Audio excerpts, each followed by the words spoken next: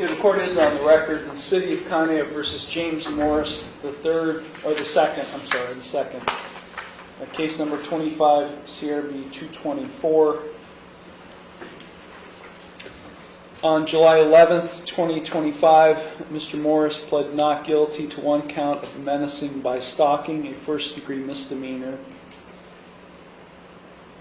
We conducted a first pretrial conference on July 14th and a second pretrial conference on July 28th, 2025, and today we are scheduled for a final pretrial conference. Mr. Morris is present. He's accompanied by his attorney, Brianna Allen. Also present is Law Director John Lewis. Mr. Lewis, the court is in receipt of a pretrial report. Thank you, Your Honor. I have discussed the matter with the alleged victim here, and she is present in City Hall. I spoke to her. Based on that conversation, the city would move to amend the menacing by stalking charge to an attempted menacing by stalking under 501.09A and 537.051A1, reducing the charge to a second-degree misdemeanor. With that, the city would recommend supervised probation.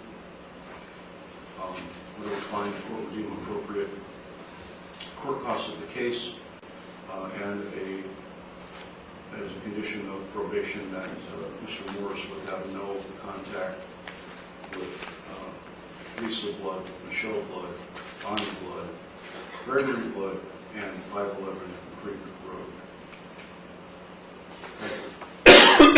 Thank you. Ms. Allen. We would like to enter a plea of guilty today and resolve this case, sir.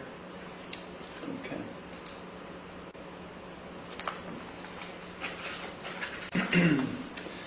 Okay, Mr. Morris, it's my understanding today that you wish to enter a guilty plea to an amended charge of attempted menacing by stalking, a second-degree misdemeanor, with certain conditions, as Mr. Lewis has outlined. Is that what you wish to do today? Yes, sir. You understand by pleading guilty to this charge, this amended charge, that you would be waiving your right to a trial, which includes your right to cross-examine witnesses and to confront evidence presented against you. You'd be waiving your right to testify or not to testify without any negative connotation. You'd be waiving your right to subpoena witnesses. You'd be waiving your right to a jury trial. You'd be waiving your right to be proven guilty beyond a reasonable doubt. All of those are trial rights you'd be waiving by pleading guilty to this amended charge. Is that what you wish to do? Yes, sir. You are represented by Ms. Allen. Have you had sufficient time to consult with her, and are you satisfied with her counsel? Yes. Are you currently under the influence of any drugs, alcohol, or prescription medications that might affect your thinking? No.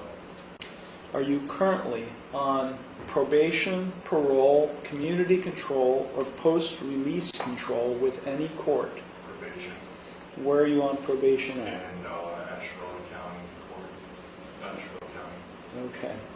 The reason I ask that, Mr. Morris, is because if you're convicted of this offense, that could lead, I'm not saying it would lead, but that could lead to the filing of a probation violation complaint against you in that court.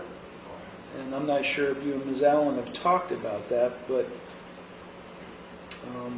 that is a possible consequence. Do you wish, have you talked to him about that, Ms. Allen? Remember us talking about it? Talked a little bit about it. You said they were aware of it. They're aware of my probation. Okay. So do you understand by pleading guilty to this amended charge that that's a possible consequence? Yes. And you still wish to plead guilty? Yes. Okay.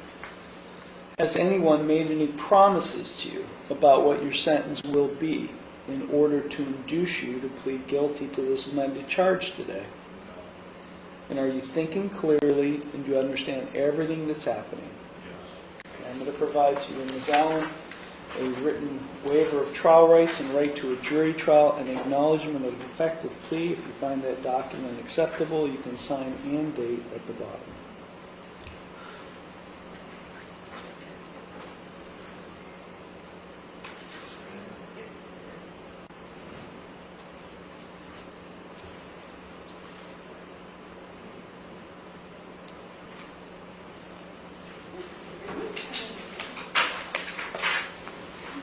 Court finds that Mr. Morris and Ms. Allen have executed in open court the written waiver. The court does find the defendants, the court will allow the amendment to take place. I mean, I trust what Mr. Lewis is saying, that the alleged victim is in City Hall and that she is consents to this amendment. And so I will allow the amendment to take place. I do find the defendant's plea of guilty to the amended charge of attempted menacing by stalking, the second-degree misdemeanor, to be knowing, voluntary, and intelligent. The court will accept the guilty plea to the amended charge, and I will therefore find him guilty of this offense. Okay, Ms. Allen, is there anything you or your client would like to say at this time in mitigation of sentence? Yes, sir. So, my client and the victim went through middle and high school together. At some point, something was said that led him to believe that maybe she was interested in him, but at no time did they talk face to face. It's my understanding he was writing letters and giving her gifts, like flowers for Valentine's Day, and all of which she put in her mailbox. So he never went on her property or in her house. No threats were made. There was no direct contact even, so I don't think there was even an opportunity for him to be turned down, frankly, as there were no calls, texts. So he didn't realize that his advances were unwanted until he was arrested. So now he knows. He's accepted that, and there won't be any further interactions. He did complete a mental health assessment. They recommended possibly counseling. He'd be willing to follow the recommendations if the court deems that appropriate. However, I do want to bring up that he has an ankle monitor. We would request that it be removed since he's already on supervision in Jefferson. He'll be on supervision here potentially. He also works full-time at General Aluminum as an x-ray tech, and it's a bit of a safety issue with lacing up his safety boots. So that's why we would advocate for that. But, other than that, I don't think you'll have any problems between him and the victim. Okay, thank you. Mr. Morris, is there anything you would like to say before I impose sentence? Mr. Lewis. Thank you, Your Honor. The incident occurred over a period of time set forth in the complaint where Mr. Morris was dropping envelopes in the mailbox at 511 Creek Road. They were intended for the alleged victim here. And some of them were not threatening, I wouldn't say threatening, just caused concern by the alleged victim. Not threatening, but otherwise caused concern, and that's why we ended up here. Okay, Thank you. thank you. Mr. Morris did sign a release. I did receive a copy of the diagnostic assessment from Community Counseling Center.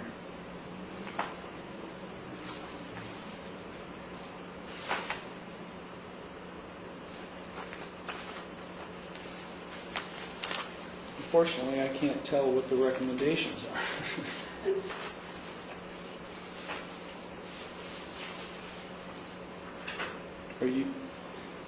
Is your client, Ms. Allen, has your client been referred to counseling or other treatment at Community Counseling Center? No, not directly. I think they said basically that if the court requires treatment, they would recommend counseling. So they didn't go any further.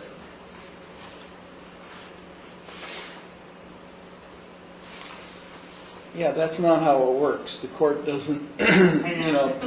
get to choose whatever somebody's treatment is supposed to be, and any court relies on the treatment professionals to tell us what treatment is necessary, and then I would order that he follow those recommended course of treatment. But yeah, I don't see anything in here regarding recommendations. It did sound as if like there wasn't any firm recommendations. Yeah.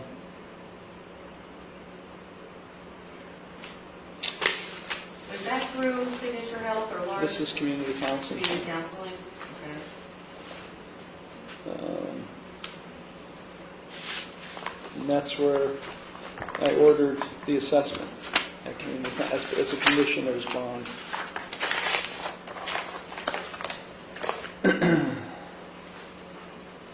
Okay, he was, as far as I can tell, he was arrested on July 10th.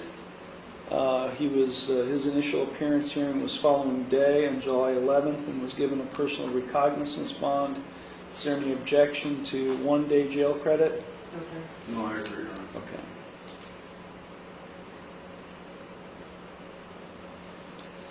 Okay, 90 days of jail, 89 days will be suspended. I will give him credit for 1-day jail.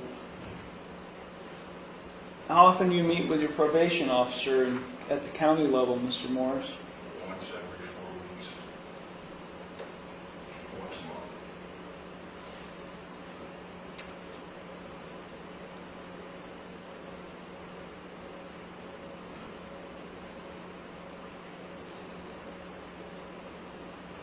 month. Okay, I'm going to impose there are some who say if you're on probation with one court, you shouldn't be on probation with another court. But I'm going to order that you be on probation with this court as well, supervised probation for 3 years. You'd have no criminal offense for 3 years. I'm imposing a $250 fine in court costs. I'm ordering that you successfully continue any treatment that's recommended by the Community Counseling Center. Comply with any recommended course of treatment for what appears to be mental health. I don't see anything in there about that has anything to do with substance abuse, but you're to comply with any recommended course of treatment, execute any necessary releases for our probation department to monitor.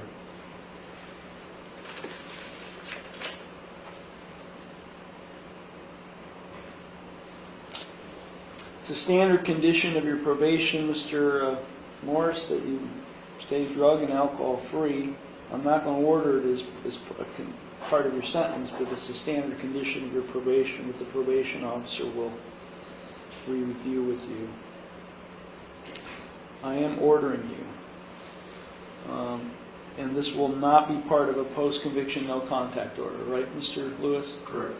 Okay, I am ordering you to have no contact whatsoever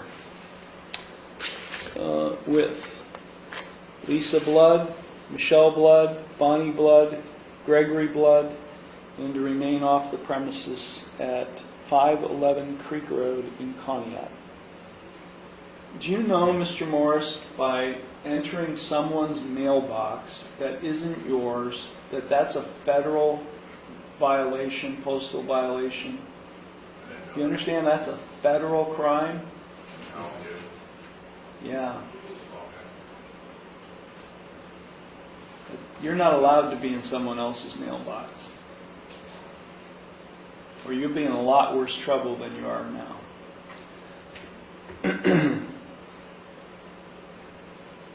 So when I order you to stay away from these folks and have no contact whatsoever with them and the property of 511 Creek Road, I mean it.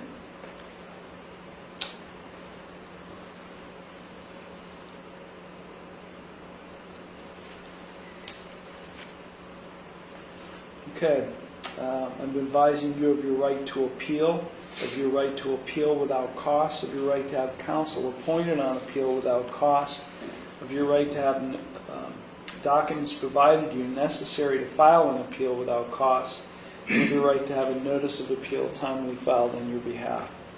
This sentence is consecutive to any and all other sentences. Okay, total fines and costs are going to be somewhere in the neighborhood of $400. So the clerk will give you the exact amount owed at the window. Are you able to pay that today, or do you need time to pay? Vehicle use for that. How much time do you need to pay it in full? In a month. Max. I can give you until the end of September. You can do it by then? Okay, I'll give you until September 30th to pay all fines and costs in full. Okay, is there anything further, Mr. Lewis? No, Your Honor. Ms. Allen? No, sir. Okay, Mr. Morris, you're going to go to the clerk's window, and then you're going to meet with the probation officer. Now, Mr. Morris, if over the next 3 years you're found to have violated any of the terms of your probation, you do face a probation violation. If that happens, I could do one of three things, or any combination of these three things. I can impose a jail sentence of up to 89 days. I could extend your probation from 3 years up to a maximum 5 years. And/or I could impose more restrictive sanctions, community control sanctions, than what I've already imposed. Or I could do, as I said, any combination of those three things. Do you understand the consequences you face if having found to violate your probation? Yes. And again, another condition of your probation is that you remain law-abiding. Okay? Okay, this matter is concluded. Thank you all very much.